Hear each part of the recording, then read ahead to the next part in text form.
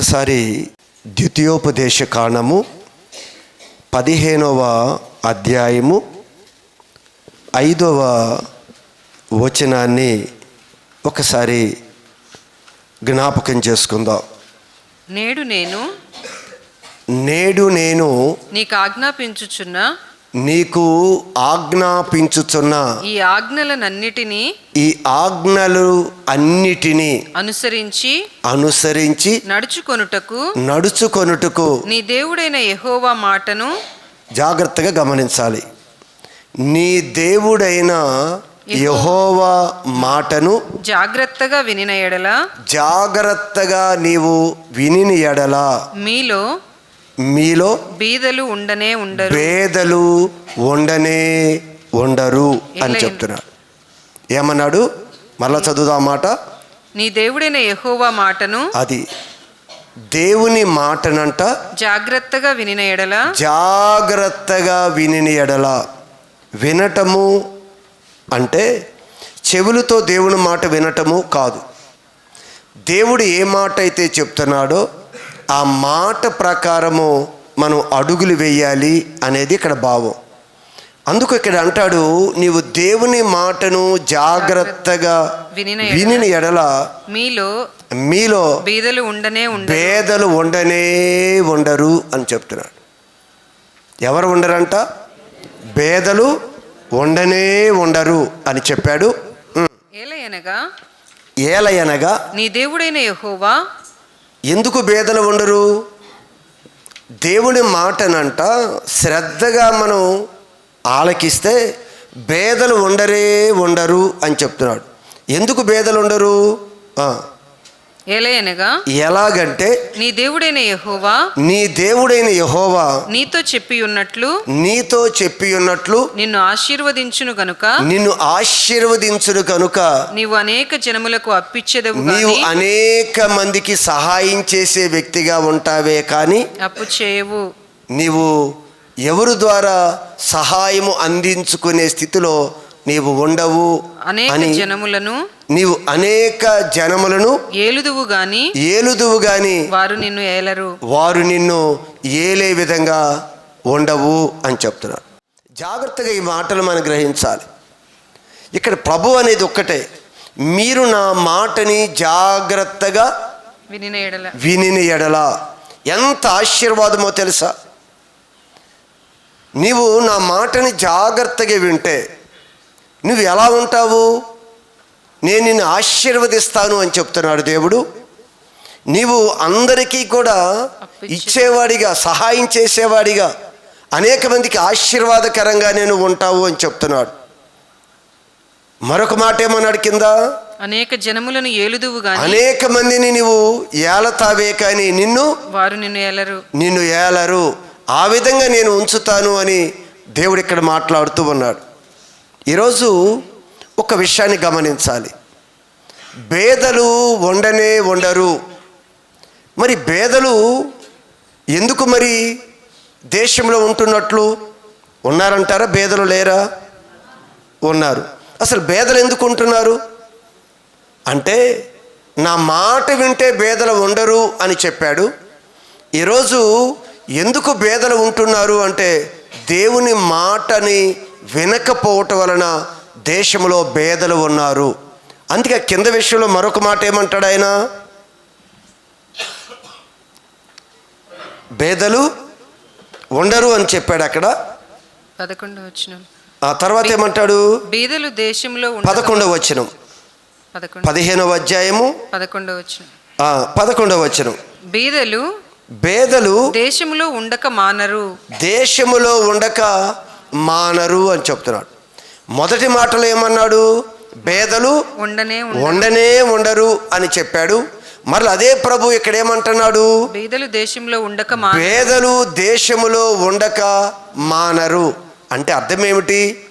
చాలా మంది కూడా ఈరోజు దేవుని మాట వినే స్థితిలో మనిషి లేడు. దేవుడు ఏం చెప్తున్నాడో ఆ మాటను శ్రద్ధగా ఆలకించి ఆ మాటని అనుసరించేవారు లేకపోవటం వలన దేశంలో బేదలు ఉన్నారు అని దేవుడి వాక్యం సెలవిస్తుంది. ఎవరు బేదలు అంటే మనకు అర్థం కావటానికి ఒక విషయం చెప్తాను. బేదలు అంటే డబ్బు లేకపోవటము మాత్రమే కాదు. డబ్బు లేకపోతే మన బేదవారు అంటాం. బేదరు అంటే పేదవారు అంటే ఎవరో తెలుసా? ఈరోజు ఆరోగ్యం పూర్తిగా పోగొట్టుకున్నవారు, ఆరోగ్య విషయంలో వారు బేదవారే. సంతోషం పూర్తిగా తన జీవితంలో నుంచి పోగొట్టుకున్నవారు, వారు కూడా సంతోషం విషయంలో వారు బేదవారే. కుటుంబంలో సమాధానంగా ఉండవలసిన కుటుంబము సమాధానం లేకుండా పోతే ఆ కుటుంబంలో సమాధాన విషయంలో వారు బేదవారే. ఇలా చూస్తే ఎందుకు లోకంలో చాలామంది బేదవారు ఉన్నారు. ధనవంతులు వారు బేదవారు కాదు అని మీరు అనుకుంటున్నారు. ధనవంతుల్లో కూడా బేదవారు ఉన్నారు. బేదవారు అనేది డబ్బుకు ముడి పెట్టకుండా మన జాగ్రత్తగా ఆలకించగలిగితే ప్రతి కుటుంబాల్లో కూడా ఈరోజు బేదవారు ఉన్నారు. అందుకే దేవుడు ఈ మనం చదివిన ఈ 11వ వచనములో బేదలు ఉండక మానరు, బేదలు ఖచ్చితంగా ఉంటారు అని చెప్తున్నాడు ఆయన. ఎందుకు ఉంటున్నారు బేదలు? ఈరోజు చాలామంది ప్రశ్నిస్తారు, దేవుడు మనం సృష్టించాడు కదా, దేవుడు మన నిర్మాణం చేశాడు కదా, మన కొరకు ఈ భూమిని ఈ సమస్తాన్ని సృజించి మనల్ని ఇక్కడ తీసుకొని వచ్చాడు కదా, దేవుడు ఈ స్థితిలో పెట్టడానికి తీసుకొచ్చాడా అని ప్రశ్నిస్తాం. దేవుడు ఈ విధంగా భేదవారిగా ఉండటానికి, అనారోగ్యం లేనివారిగా ఉండటానికి, సంతోషం లేనివారిగా ఉండటానికి, ఈ విధంగా ఉండటానికి దేవుడు తీసుకొచ్చాడా అని ప్రశ్నిస్తాం. కానీ దేవుడి వాక్యం స్పష్టంగా చెప్తుంది, మీరు నా మాట వినండి, మీరు ఈ లోకంలో భాగ్యవంతులుగా ఉంటారు. మిమ్మల్ని ఎవరో ఏలుబడిచారు, అనేక మందిని మీరు ఏలుతారు, మిమ్మల్ని ఏలేవారు ఎవడు ఉండడు. నువ్వు దేవుని యొక్క ఆలోచన తీసుకోగలిగితే, దేవుడిచ్చే సూచన నువ్వు తీసుకోగలిగితే, దేవుడు ఏమన్న విధంగా నువ్వు అడుగు వేయగలిగితే ఖచ్చితంగా ఈ వాగ్దానాలు మనం స్వతంత్రించుకుంటాం కూడా. కానీ ఈరోజు దేవుని మాట మనకు కొంచెం కష్టంగా ఉంటుంది. దేవుడు చెప్పే మాట కొంచెం చాలా చులకనగా మనం తీసుకుంటాం, టేక్ ఇట్ ఈజీగా తీసుకొని మనం ముందుకు వెళ్ళిపోతూ ఉంటాం. కానీ ఎవరైతే శ్రద్ధగా తీసుకుంటారో, జాగ్రత్తగా దేవుడి మాటని పట్టుకొని అడుగులు వేస్తారో ఖచ్చితంగా ఈ వాగ్దానం, ఈ ఆశీర్వాదము ప్రతి ఒక్కరి జీవితంలో కూడా ఉంటుంది. ఇది అందరము స్వతంత్రించుకుంటాం. కానీ కారణం ఇది, మనం దేవుని ప్రశ్నిస్తాం. దేవుడు ఏం చేశాడు? దేవుడు ఎందుకు పుట్టించాడు? దేవుడు ఎందుకు ఈ భూమి మీదకి తీసుకొచ్చాడు? ఇలాంటి జీవితము దేవుడు ఎందుకు ఇచ్చాడని దేవుని ప్రశ్నిస్తాం. దేవుడు ఇలాంటి జీవితం మనకి ఇవ్వలేదు. ఇది ఆయన చెప్పిన మార్గాలు అనుసరించకపోవటం వల్ల మనం తెచ్చుకునేది. ఈరోజు మన పిల్లలు ఉన్నారు, తల్లిదండ్రులు మంచి సజెషన్స్ ఇస్తారు పిల్లలకి. మందిరంలో నా ఎద్దుకు వచ్చిన వారికి కూడా దేవుడిచ్చిన ఆలోచనతో కొన్ని సజెషన్స్ ఇచ్చినప్పుడు దాన్ని అనుసరించేవారు ఉన్నారు, దాన్ని నిర్లక్ష్యం పెట్టి ఆ మాటను పక్కన పెట్టి సొంత ఆలోచనతో ముందుకు వెళ్ళేవారు కూడా ఉన్నారు. ఈరోజు కుటుంబంలో తల్లిదండ్రులు కూడా వారిచ్చే సజెషన్స్ పిల్లలు తీసుకోపోవటం వలన వారి జీవితాలు ఎంత దుర్భరంగా భయంకరంగా తయారవుతున్నాయో మనకు తెలుసు. దానికి కారణం తల్లిదండ్రులు కాదు. అలానే ఇక్కడ కూడా దేవుడు చెప్తున్న మాట ఒక్కటే, మీరు నా మాటని శ్రద్ధగా విని ఎడల, శ్రద్ధగా వినాలి. ఆయన ఏం చెప్తున్నాడో అలా చేయగలిగితే ఖచ్చితంగా ఈ ఆశీర్వాదము మీ అందరికీ ఉంటుంది అని చెప్పాడు. సరే, మనందరం కూడా మాట వినలేదు, మాటని క్రాస్ అయి ముందుకు వెళ్ళిపోయాం. కనుక మన అందరి జీవితాల్లో కూడా పేదరికం వచ్చింది.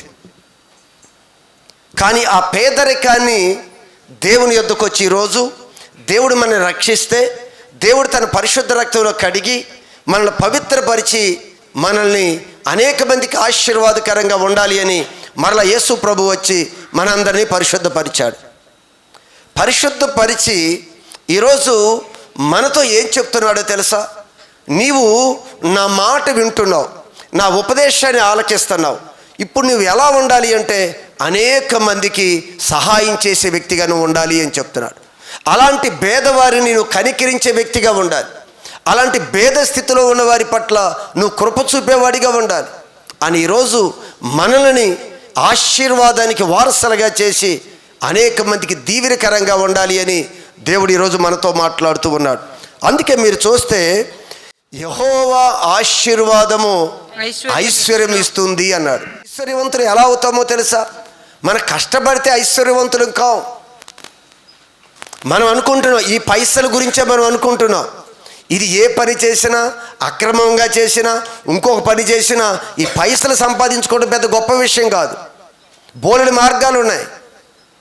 కానీ ఇక్కడ ఏం చెప్తున్నాడు? యెహోవా ఆశీర్వాదము ఐశ్వర్యం ఇచ్చును, అది నరుల కష్టము చేత ఎక్కువ. అది నరుల కష్టము చేత అది ఎక్కువ కాదు. మనిషి కష్టపడి ఏదో చేసి ఐశ్వర్యవంతులు, ధనవంతులు అవ్వాలి అనుకుంటున్నాడు. ఆ ధనము ఈరోజు ఒకవేళ ఏ రూట్లో అయినా మనం తీసుకురావచ్చు. కానీ ఖచ్చితంగా అన్ని విషయాల్లో మనం సమృద్ధి కలిగిన వారిగా ఉండాలి అంటే అది యెహోవా ఆశీర్వాదం వలన మాత్రమే జరుగుతుంది అని దేవుడి వాక్యం సెలవిస్తూ ఉంది. కనుక ఒక్కటే మీరు గమనించండి, ఈరోజు విమోచించబడిన మనము, అనేక మంది పేదవారు ఉన్నారు. పేదవారు అంటే డబ్బు లేనివారు అనేది కాదు అని మరలా చెప్తున్నాను మీకు. లోకంలో అనేక మంది పేదవారు ఉన్నారు, అనేక మంది కొదువుతో ఉన్నారు, అనేక మంది లోటుతో ఉన్నారు. ఎవరు మన బలపరుస్తారు, ఎవరు మనకు ఆలోచన చెప్తారు, ఎవరు మనల్ని ధైర్యపరుస్తారు, ఎవరు చక్కగా మనల్ని నడిపిస్తారు. ఇలా లోకంలో అనేకమైన విషయాల్లో ప్రేమను కోల్పోయి, ఆప్యాయతను కోల్పోయి, ఎన్నో రకాల పరిస్థితుల్లో అనేక మంది భేదవారిగానే ఉండిపోయారు. చాలా విషయాల్లో భేదవారు మనం. కానీ అలాంటి భేదవారిని నీవు ఆశీర్వాదకరంగా వారిని చేస్తూ, మనం కూడా ఆశీర్వాదకరంగా మరి ఎక్కువ కృపలోనికి మనం వెళ్ళటానికి దేవుడు కొన్ని ఆలోచనలు తీసుకొని వచ్చాడు. చూడండి మరొకసారి యెషయా గ్రంథం చూడండి ఒకసారి. ఇక్కడ మన ద్వితీయోపదేశ కాండములో ఏం చదివాము? బీదలు దేశంలో ఉండక మానరు, అందుచేత నేను నీ దేశములో ఉన్న నీ సహోదరులకు దీనులకును, అదిగో నేను ఈ దేశములో ఉన్న నీ సహోదరులకు దీనులకును, నీ సహోదరులైన దీనులు పేదవారికి అవశ్యముగా నీ చెయ్యి చాపవలెనని నీవు చెయ్యి చాపాలి అని చెప్తున్నాడు. నీకు ఆజ్ఞాపించుచున్నాను. అమ్మ, మాటలు అర్థమవుతున్నాయా? పేదవారు ఉండరు అని చెప్పాడు. కానీ ఈరోజు దేవుని మాట క్రాస్ అవటం వలన అనేక విషయంలో భేదవారిగా మనం ఉన్నాం. అయితే ఈరోజు మనతో ఏం చెప్తున్నాడో తెలుసా? అవశ్యముగా నీ వంట చెయ్యి చాపాలంట. ఎవరి కొరకు, ఎవరి వైపు? ఏం చెప్పాడు అక్కడ? నీ సహోదరులకు దీనులకు, నీ సహోదరులకు దీనులకు, పేదలకు అవశ్యంగా నీ చెయ్యి చాపాలి. వారు ఏ విషయంలో భేదత్వంలో ఉన్నారో, ఏ విషయంలో కొదువుగా ఉన్నారో నువ్వు జాగ్రత్తగా గమనించి నీవు వారికి చెయ్యి చాపాలి. ఇది ప్రతి క్రైస్తవుడికి కూడా దేవుని ఇస్తున్న ఆలోచన. ఇది మనం గ్రహించాలి. వారు ఎందుకు భేదలైపోయారో ఒకవేళ రీజన్ నీకు తెలియకపోవచ్చు. కానీ దేవుడు విమోచింపబడిన మనము అలాంటి మన సహోదరులు ఏ విషయంలో అయితే భేదవారుగా ఉన్నారో, సంతోషం కోల్పోయారా, ఆర్థికంగా నలిగిపోయారా, వారికి శారీరపరంగా అనారోగ్యం పాలైపోయారా, కుటుంబాలు విచ్ఛిన్నమైపోయి ఉన్నాయా, మానసికంగా కృంగిపోయి మరణం వైపు వారు పరుగులెడుతున్నారా, శాంతి సమాధానం లేని స్థితిలో ఉన్నారా? ప్రతి ఒక్కరికి కూడా నువ్వు చెయ్యి చాపాలి అని చెప్తున్నాడు దేవుడు. ఈరోజు క్రైస్తవుడిగా అందరూ కూడా దేవుడి వాక్యం చెప్తున్నారు, అందరూ సొంత పనులు చూసుకొనుచున్నారు. చూడు, దేవుడి వాక్యం చాలా స్పష్టంగా చెప్పేది ఏమిటి అంటే, చదవండి ఒకసారి. ఫిలిప్పీలకు రాసిన పత్రిక 2వ అధ్యాయము 21వ వాక్య భాగం. అందరూ తమ సొంత కార్యములనే చూచుకొనుచున్నారు కానీ యేసుక్రీస్తు యొక్క కార్యములను చూడరు. దేవుని కార్యం ఏంటి చెప్తున్నాడు ఇక్కడ ద్వితీయోపదేశ కాండము? దేవుని కార్యం ఏంటి? అవశ్యముగా నీ సహోదరులకు దీనులకు, పేదవారికి నీ చెయ్యి చాపాలి. ఇప్పుడు మనం ఏం చేస్తాం? మనకు ఆరోగ్యం బాగానే ఉంది కదా, మన కుటుంబం బాగానే ఉంది కదా, మనవారందరూ క్షేమంగా ఉన్నారు కదా, మనవారు బాగా చదువుకున్నారు, మనవారికి మంచి జ్ఞానం ఉంది కదా అని మనకు బాగుంటే చాలు అని అనుకుంటున్నామే. కానీ నీ ఎదుట జ్ఞానం లేని వారికి జ్ఞానం తెలియచేయాలి అని, నీ ఎదుటివాడు ఆపదలో ఉన్నప్పుడు ఆపదలో నుంచి సహాయం చేయాలని కానీ, ఈరోజు మనం మర్చిపోతూ ఉన్నాం. సొంత పనులు, నాకు బాగుంటే చాలు ఆరోగ్యం, నా పిల్లలు చదువుకుంటే చాలు, నా పిల్లలకు ఉద్యోగాలు ఉంటే చాలు, నా పిల్లలకు ఆరోగ్యాలు ఉంటే చాలు, నా కుటుంబంలో సమాధానం ఉంటే చాలు. మనం ఈ విధమైన సొంత ఆలోచన కలిగిన వారిగా ఉండకూడదు. దేవుని కార్యం ఏంటంటే అవశ్యముగా నీ చేయి చాపు. అవశ్యముగా అంటే ఏంటి? ఖచ్చితంగా వెంటనే అది నీ కనపడిన వెంటనే. దుఃఖపడుతున్నారా? నువ్వు వెళ్ళి ఓదార్చు. అవశ్యంగా నువ్వు చేయి చాపాలి అని చెప్తా. ఇది దేవుని యొక్క ఆజ్ఞ. ఆజ్ఞ అంటే ఏంటి? తప్పనిసరిగా ఖచ్చితంగా నువ్వు చేయాలి. ఖచ్చితంగా చేయాలి. నువ్వు ముఖం చాటేసుకొని వెళ్ళిపోవటానికి కుదరదు. అలాంటి వారిని నిర్లక్ష్యం చేయటానికి కుదరదు.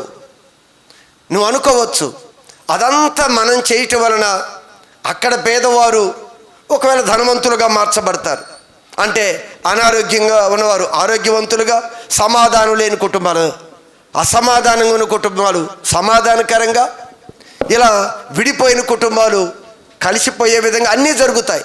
మనకొచ్చే లాభం ఏంటి? మనకెంచే కార్యాలు ఏంటి అంటే మనకి ఎంత మేలు ఉంటుందో అది కూడా బైబిల్ గ్రంథంలో ఇంకా బహు స్పష్టంగా రాశాడు ప్రభు. అది ఒక్కసారి మనం యెషయా గ్రంథంలోకి వద్దాం రండి. ఉపవాసం గురించి మనం చాలా నేర్చుకోవాల్సిన విషయాలు ఉన్నాయి.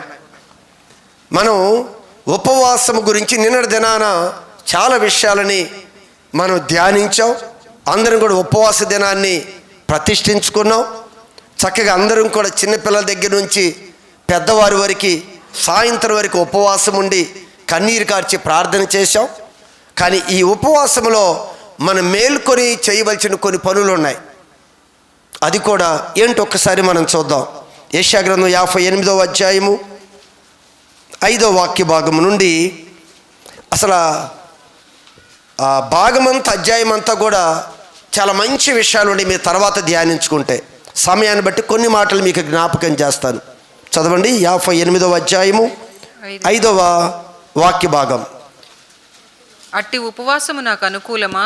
అది ఒక ఉపవాసం గురించి చెప్తూ అట్టి ఉపవాసము నాకు అనుకూలమా అంటే కొందరు చేసే ఉపవాసాన్ని ప్రస్తావిస్తూ వారు చేస్తున్న ఎలాంటి ఉపవాసము నాకు అనుకూలమా. మనుష్యుడు నాకు అనుకూలమా అంటే నాకు ఇష్టమా, నేను అంగీకరిస్తానా. మీరు ఉపవాసం ఉంటున్నారు కదా, కొంతమంది చేసే ఉపవాసాన్ని ప్రస్తావిస్తూ ఎలాంటి ఉపవాసము నాకు అంగీకారమా, నేను అంగీకరిస్తానా అంటున్నాడు ప్రభు ఇక్కడ. అంటూ మనుష్యుడు తన ప్రాణమును బాధపరుచుకొనవలసిన దినము అట్టిదేనా. ఉపవాసము అనుకొని తన ప్రాణాన్ని ఏం చేస్తున్నాడంట? బాధపరుచుకోవలసిన దినము అట్టిదేనా. ఒకడు జమ్ము వలె తల వంచుకొని. ఉపవాస దినం నువ్వేం చేస్తున్నావు? నీవు ఆ విధంగా ప్రాణాన్ని ఆయాసపరుచుకొని లోపలంతా కూడా ఆకలి అవుతుందనో, లేదా శరీరం బలహీనంగా ఉందనో, నాకు షుగర్ ఉందనో, బీపీ ఉందనో, ఈ ఆలోచనలతో బాధ పెట్టుకుంటూ ఇంకెప్పుడు సమయం అయిపోతుంది, ఎప్పుడు ఉపవాసం ముగించబడుతుంది, ఈ విధంగా మనము శరీరాన్ని బాధపరుచుకోవటమేనా అంటూ ఏమన్నాడు? ఒకడు జమ్ము వలె తల వంచుకొని గోనెపట్ట కట్టుకొని బూడిద పరుచుకొని కూర్చుండుట ఉపవాసమా. అట్టి ఉపవాసము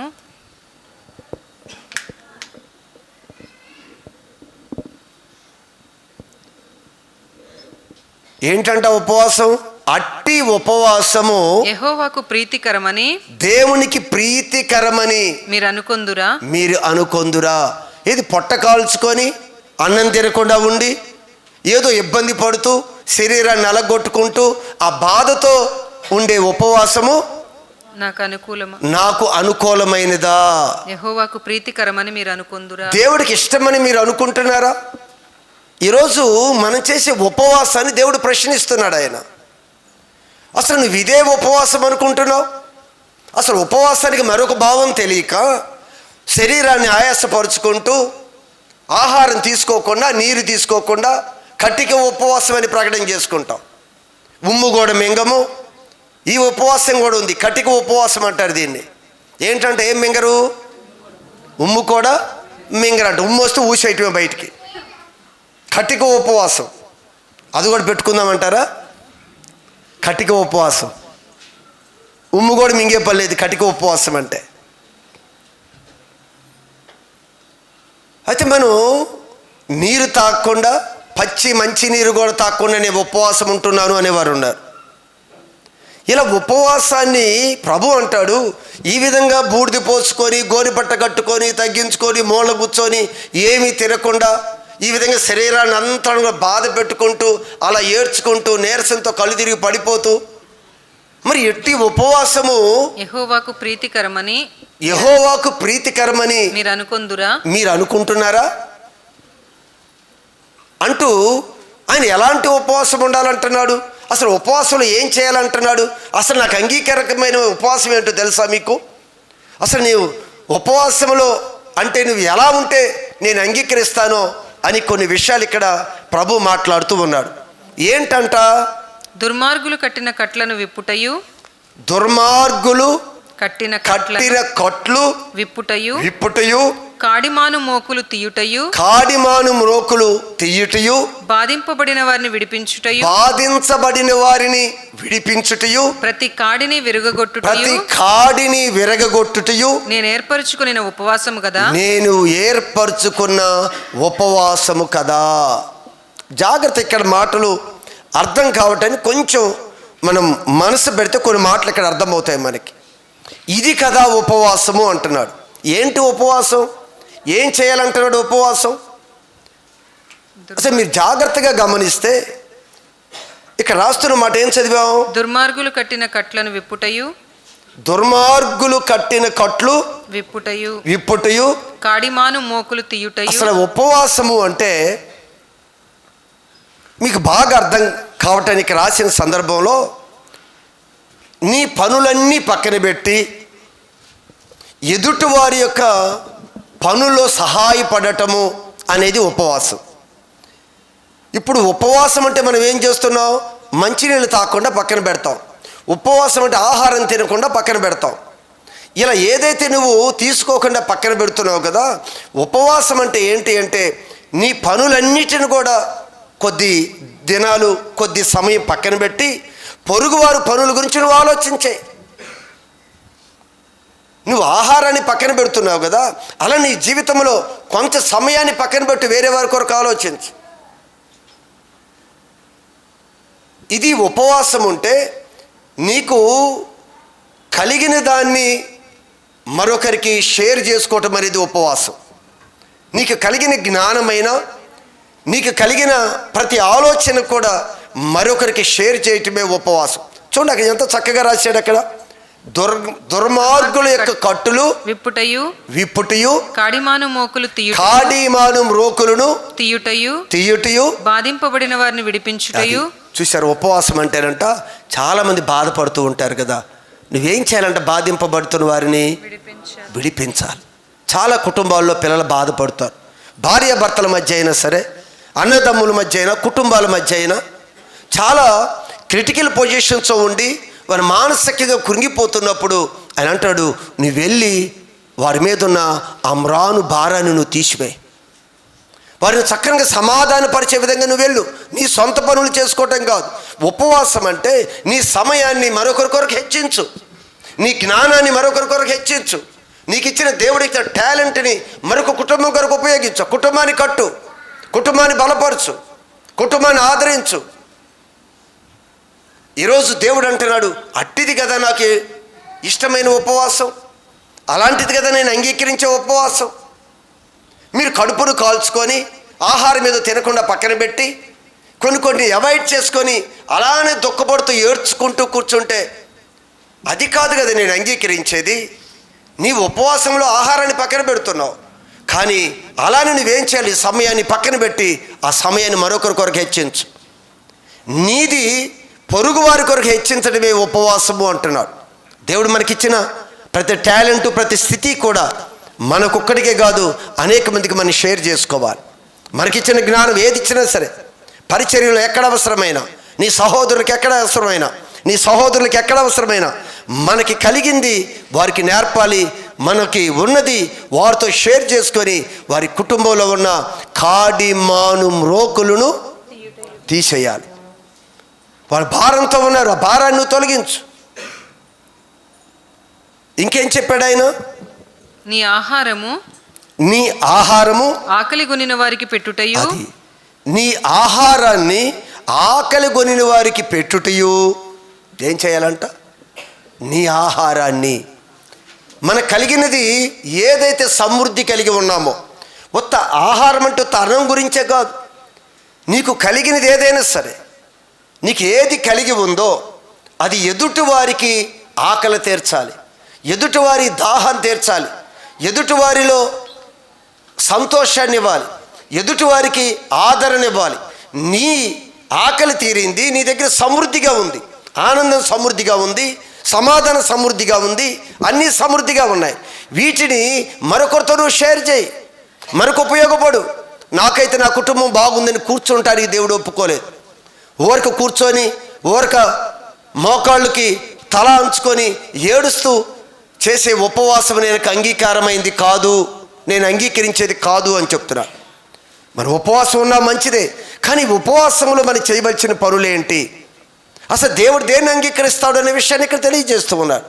అందుకే నీ ఏమన్నాడు? నీ ఆహారము ఆకలి కొనిన వారికి పెట్టుటయు. ఆకలి కొనిన వారికి పెట్టుటయు. నీ రక్త సంబంధికి ముఖము తప్పింపకుండుటయు. నీ ముఖము తిప్పివేయకుండా ఉండాలంటున్నాడు. దిక్కుమాలిన బీదలను నీ ఇంట చేర్చుకొనుటయు. వస్త్రహీనుడు నీకు కంట కనబడినప్పుడు వానికి వస్త్రములు ఇచ్చుటయు, వారికి వస్త్రం ఇచ్చుటయు. ఇదే కదా నాకు ఇష్టమైన ఇదే కదా నాకు ఇష్టమైన ఉపవాసం, ఇదే కదా అంటున్నాడు ప్రభు. సంగమా, దేవుడు చెప్పే మాటల మీద మన దృష్టి ఉంచగలిగితే ఈ ఉపవాసము ఇది మనం చేస్తే ఇది ఎదుటివారికి సమృద్ధిని కలిగిస్తుంది, ఎదుటివారి కరువులో నుంచి పేదవారిని ధనవంతులుగా ఆశీర్వాదకరంగా చేస్తుంది. అది మనకు కూడా చాలా ఆశీర్వాదకరంగా మారుస్తుందండి. ప్రతి విషయంలో కూడా పేదవారు అంటే మనం ఒక్క కోణంలో చూస్తాం, అది కాదు పేదవారు. అలా అనుకుంటే ఈ లోకంలో ఇప్పుడు ప్రజెంట్ సిచ్యువేషన్లో పేదవారు లేరు కూడా, ఎంతో కొంత అందరికీ ఉన్నాయి. అమ్మ లేవా? ఇది మనలో ఎంతమంది పేదవారు ఉన్నాయని చెప్పండి. ఒకవేళ ఆ రూట్లోనే ఒకవేళ ధనం ఆ విషయంలో మనం చూస్తే ఎవరు పేదవారు? కట్టుకోవటానికి బట్టలు కొనుక్కునే స్థితి ఉంది కదా, ఉండటానికి నీడగా ఒక గూడున్న స్థితి మనకు ఉంది కదా, ఏం పేదవారం ఏం కాదు. అందరికి వేలలో లక్షలో ప్రతి ఒక్కరు ఆస్తులన్నీ పక్కన పడేస్తే ₹1,00,000 మినిమం ఉంది. లక్షాధికారి అందరూ కూడా. లక్షాధికారా కాదా? ఇక్కడ కూర్చున్న వారందరూ ఏంటమ్మా కాదా? ఏమో నువ్వు లక్షాధికారివా కాదా? లక్షాధికారులమే. ₹1,00,000 లేని వాళ్ళు లేరు కదా. నీ ఇల్లు వాకిలి నీకున్నదని పట్టుబడితే ₹1,00,000 వస్తుంది అక్కడ. భేదవారు ఏం కాదు. అంటే భేదవారు అంటే ఏంటి అంటే అన్ని విషయంలో చితికిపోయినవారు, అన్ని విషయంలో వెనకబడిపోయినవారు. వారి పట్ల ఎంత కనికరం చూపాలో తెలుసా? నాకు కూడా ప్రభువును ఎరగక ముందు అసలు వీటి గురించి నేను పట్టించుకునేవాడిని, లక్ష్య పెట్టేవాడిని కాదు. కానీ ప్రభువుని ఎరిగిన తర్వాత అసలు అలాంటి సన్నివేశము మనకు కనపడగానే మన హృదయం ఒప్పుకోదు, ఏదో ఒకటి చెయ్యాలి. ఆ మనస్సు దేవుడు వాక్యంతో పెనవేసుకొని మనం వెళుతూ ఉండగా మనం ఏం చేయాలి, మనం ఎలా ఉండాలి అనే విషయాన్ని దేవుని ఆత్మే మనకు బోధిస్తూ ఉంటాడు. దేవుడి ఆత్మ మనకు బోధిస్తూ ఉంటాడు. అందుకే ఇక్కడ ఈ మాట చెప్తూ ఉన్నాడు ఆయన. ఏమంటున్నారు? నీ ఆహారం ఆకలి కొనిన వారికి పెట్టుటయు, నీ రక్త సంబంధికి ముఖము తప్పింపకుండుటయు, దిక్కుమాలిన బీదలను నీ ఇంట చేర్చుకొనుటయు. దిక్కుమాలిన బీదలను అంటే దిక్కుమాలిన అంటే ఏంటి అర్థం? దిక్కు ఏ ఆదరణ లేదు వారి. ఒక డబ్బే కాదు, ఏ విషయంలో వాళ్ళకి ఆదరణ లేదు. బలపరిచేవాళ్ళు లేడు, వారికి ఆలోచన చెప్పేవారు లేరు, సహాయం చేసేవారు లేరు, చేయబట్టుకుని నడిపించేవారు లేరు. పూర్తిగా విడిచిపెట్టేసిన వారు అన్నమాట. అందరూ లోకమంతా విడిచిపెట్టేసిన వారు. వీడు పాపి, వీడు దుర్మార్గుడు, వీడు దుష్టుడు అని లోకమంతా వెలివేస్తారు కదా, వాళ్ళ దగ్గరికి వెళ్ళి నువ్వు పట్టుకొని తీసుకురావాలి. అందుకే లోకమంతా కూడా ఒక స్త్రీని పాపం చేస్తుంది అని రాళ్ళు తీసుకొని కొట్టడం ప్రారంభించారు. కొట్టడానికి మనసులో నిర్ణయం తీసుకొని ఆ ప్రదేశానికి వచ్చారు. కానీ యేసు ప్రభు వారి మధ్యలోనికి వచ్చి ఆ తల్లి పట్ల కృప చూపుతున్న మంచి దేవుడండి ఆయన. ఈరోజు నిన్ను నన్ను కూడా అంటాడు, ఇది దేవుడి చిత్తం, ఇది దేవుడు ఆలోచన, ఇది దేవుడి సంకల్పం. అలాంటి వారికి నువ్వు మేలు చేయాలి. అందుకే ఏ మాట వాడాము, అక్కడ ఏ మాట చదివాము? దిక్కుమాలిన అంటే దిక్కు లేదు వారికి. పాపం చేసిన మాట వాస్తవమే, తప్పు చేసిన మాట వాస్తవమే, పొరపాటు జరిగిన మాట వాస్తవమే. కానీ అందరూ కూడా దోషి అని వెలివేసినప్పుడు ఆయన అంటున్నాడు, ఒక క్రైస్తవుడిగా, ఒక క్రైస్తవురాలిగా నువ్వు చేయి చాపు, నిశ్చయముగా నువ్వు చేయి చాపు. అదే బాధలో ఉన్నా, ఏ కష్టంలో ఉన్నా, ఏ స్థితి అయినా సరే, నువ్వు రాయి తీయటానికి ప్రభు నేను ఒప్పుకోలేదు, రాయి వేయటానికి మనకు ఒప్పుకోలేదు ఆయన. నువ్వు నిశ్చయంగా చేయి చాపి వారికి సహాయం చేయి, బలపరచు, ఓదార్చు, ధైర్యపరచు, లేవనెత్తు. అంతేగాని రాయి తీసుకొని కొట్టే ఆ ఛాన్సు ఈరోజు దేవుడి పిల్లలుగా దేవుడు మనకు ఇవ్వలేదు. అది మన మీద బోళ్ళ మీద రాళ్ళు తీసుకొని కొడితే కొట్టచ్చు, మనం మాత్రం ఎవరి మీద రాయి వేయటానికి ప్రభు ఒప్పుకోలేదు. అందుకని నిశ్చయముగా ఏం చెప్తాడు ఇక్కడ? దిక్కుమాలిన బీదలను నీ ఇంట చేర్చుకున్నటయు, వస్త్రహీనుడు నీకు కనబడినప్పుడు వానికి వస్త్రములు ఇచ్చుటయు. అదిగో వస్త్రం ఇచ్చుటయు. అన్నీ కూడా గమనించండి. ఆ వస్త్రాలు లేని పేదవారు వారు, తినటానికి లేని పేదవారికి ఆహారం పెట్టు, వస్త్రాలు కట్టుటానికి వాళ్ళకి బట్టలు లేవు, అలాంటి పేదవారు, కుటుంబంలో ఆనందంగా ఉండలేని పేదవారు ఆనందాన్ని పంచు, వాళ్ళని బలపరచు. వారికి తోడు లేరు, ధైర్యపరిచేవారు లేరు, ఆలోచన చెప్పేవారు లేరు. ఇలా ఎంతమంది ఉన్నారో తెలుసా పేదవారు? ఎందుకు ఈ పేదవారు వచ్చారు, ఎందుకు మా దుస్థితి ఇలా అయిపోయిందని వాళ్ళు ఏడుస్తున్నప్పుడు దేవుడు చెప్తున్నాడు, వీరందరూ కూడా ఆది నుండి మీ మూలపితృడైన మీ తండ్రి దగ్గర నుంచి కూడా అందరూ కూడా విననవారే అని చెప్తాడు. ఇప్పటి నుంచి కాదు, మీ పూర్వకాలము నుండే మీరు మీ దేవుడి మీద అంట వాళ్ళు ఎదురు తిరిగిన వారేనంట, వారందరూ కూడా దేవుడి మాట వినని వారేనంట. ఈరోజు కూడా దేవుడు చెప్తున్నాడు, అందువలన ఈ భేదవారయ్యారు. కానీ నిత్యంగా నీ చేయి చాపి ఆ భేదవారి పట్ల నువ్వు కనికరించు. నీలో ఉన్నది, నీకు అన్నీ ఇచ్చాను నేను, నీకు అన్ని టాలెంట్లు ఇచ్చాను, అంత స్తోమత ఇచ్చాను నీకు. అందరి దగ్గరికి వెళ్ళి అందరిని ఆదరించు, సహాయం చేయి, కనికరించు. దేవుడి యొక్క ప్రేమ గొప్పదండి. దేవుడి వాక్యం మనం నేర్చుకోగలిగితే, అందుకే ప్రభు ఇది ఆజ్ఞ.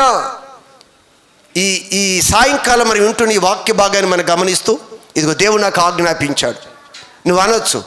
ఈ ఆజ్ఞ ఒక క్రైస్తవుడిగా మనం కానీ నెరవేర్తిస్తే నిజంగా మనం ఈ విధంగా పేదవారి పట్ల, ఇదిగో మనకున్న దానిలో పేదవారికి ప్రతి ఏ విషయంలో వాళ్ళు పేదవారో వారికి షేర్ చేయగలిగే ఆ మంచి మనసు ఉంటే, మనకు వచ్చిన సమయమైన ప్రతి దానిలో కానీ నిశ్చయంగా వారి వైపు చెయ్యి చాపగలిగితే, ఆ కింద భాగంలో రాస్తాడు వారికి ఎలాంటి దీవెన, ఎలాంటి ఆశీర్వాదమో. చదువుకొని ముగిద్దాం, టైం అయిపోయింది. అలాగున నీవు చేసిన ఎడల, అలాగూ నా వైపు చూడాలి, అలాగూ నీవు చేసిన ఎడల, ఎలాగూ అమ్మా, ఎలాగూ ఇప్పుడు అన్నీ అన్నాం కదా, అలాగూ నిశ్చయముగా చేయి చాపాలి. నిశ్చయంగా చేయి చాపాలంటే ఊరికే చేయి పట్టేసుకొని ప్రభా ఈ బిడ్డని దీవించు అని చెప్పేసి వచ్చేయటం కాదు. ఇది చాలా సులువైన మార్గం. ఈ క్రైస్తవులకు మనకు తెలిసింది ఏంటంటే, అమ్మ ఏంటి బాగోలేదా, ఆ ప్రార్థన చేస్తారా, ఏంటి నీ కుటుంబంలో ప్రాబ్లమా, ఆ ప్రార్థన చేస్తారా. నువ్వు ప్రార్థన నువ్వు చేసినా చెయ్యకపోయినా ఆ బిడ్డ ప్రార్థన చేసుకుంటారు, దేవుడు ఆ మనవులు ఆలకిస్తాడు. నీకు ఒక అవకాశం ఇచ్చాడు కనుక నువ్వు సహాయం చేయి, నీకు ఇచ్చాడు అవకాశం. నువ్వు కొన్ని సందర్భంలో మనం మేలు చేయాలన్నా చేయించుకునేవాడు దొరకడు. అసలు నువ్వేదో చేయాలి అన్న, ఏదో అన్నదానం చేయాలి, నువ్వేదో చేయాలి అంటే నీ దగ్గర పెట్టించుకొని తినేవాడు కూడా దొరకడు. ఈరోజు చెయ్యి చాపాలంటే ఏమంటావు, వచ్చిన వాడి మీద చేయి పెడతాం. ఇది కాదు చేయి చాపడం అంటే, నేను అందరి చేయి పెట్టాను, అన్ని బాధల్లో చేయి పెట్టాను, ఈ చేయి పెట్టకండి. ఇది సులువు కదా. ఏదైనా అమ్మ మా కుటుంబం భార్యాభర్తలు గొడవ ఉంది, ఆ చేయి చాపేసి ప్రార్థన చేసేస్తే అమ్మ తినడానికి ఏమి లేదు, నేను ప్రార్థన చేస్తారా అంటే, నాకు బట్టలు లేవంటే రా ప్రార్థన చేస్తానంటే, నా ప్రార్థన చేస్తే తప్ప అని మరొక లాజిక్ మీరు మాట్లాడవచ్చు. నేను ఆ సందర్భం గురించి మాట్లాడట్లేదు ఇక్కడ. అయితే ఏమన్నాడు ఇక్కడ, అలాగు నీవు చేసిన ఎడల, అలాగూ నీవు చేసిన ఎడల నీ వెలుగు వేకువ చుక్కవలే ఉదయించును, వేగువు చొక్కవలే ఉదయించును. చూసారా, అంతకుముందు మనల్ని అనేక మందికి ఆశీర్వాదకరంగా ఉన్నాం. దీన్ని ఇంకా మనం చేస్తే మన స్థితి ఏ స్థితికి వెళ్ళిపోద్దో చూడండి. చెయ్యకపోతే ఈ స్థితిని మనం కూడా చేజార్చుకుని వారు అయిపోతాం. మీ వెలుగు వేకువ చుక్కవలే ఉదయించును, స్వస్థత నీకు శీఘ్రముగా లభించును. స్వస్థత నీకు శీఘ్రముగా వస్తుంది. నువ్వు ఆ పని చేయి. నీకు బలహీనత ఉందా, నీకు స్వస్థత శీఘ్రంగా వస్తుంది. నువ్వేమి చేయక్కర్లేదు. నువ్వేదో పెద్ద ఉపవాసము ఇంకేం చేయక్కర్లేదు. నీ చెప్పిన విధంగా నువ్వు చేసుకొని వెళ్ళు. నీకు ఏ రోజు నీ శరీరంలో అనారోగ్యం వచ్చినా, నీకు దేహంలో మరణకరమైన కీడు నీకు సంభవించినా శీఘ్రముగా నీకు స్వస్థత జరుగుతుంది. నీ వెలుగు వేకువ చుక్కవలే ఉదయించును. ఇంకా నీ నీతి నీ ముందర నడుచును, నీ ముందర నడుచును. యెహోవా మహిమ నీ సైన్యపు వెనుకటి భాగమున కావలి కాస్తారు. దేవుడి యొక్క సైన్యం మనకి కావాలంట. నీ రాకపోకల్లో నువ్వు ఇంటిలో నుంచి బయటికి వెళ్ళినప్పుడు, ఇంటి లోపలికి వచ్చినప్పుడు అంత దీవెనకరంగా ఉంటుంది అని ఇదిగాని అంటాడు. ఆయన సైన్యం అంట నీకు కావలిగా ఉంటుంది. అప్పుడు నీవు పిలువగా యెహోవా ఉత్తరమిచ్చును, ఆయన ఉత్తరం ఇస్తాడు. ప్రభువా,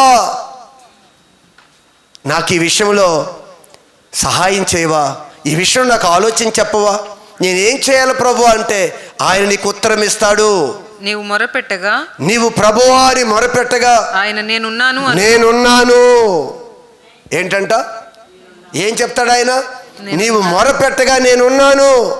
వెంటనే కేక వేయగానే ప్రభు వెంటనే స్పందించి నేనున్నాను అని నీకు సమాధానం ఇస్తాడు. చాలా విషయాలు ఉన్నాయి. ఆ భాగంలో టైము క్రాస్ అయిపోయింది, నేను ముగిస్తాను. ఒక్క విషయం గమనించండి, ఇది ఆజ్ఞ.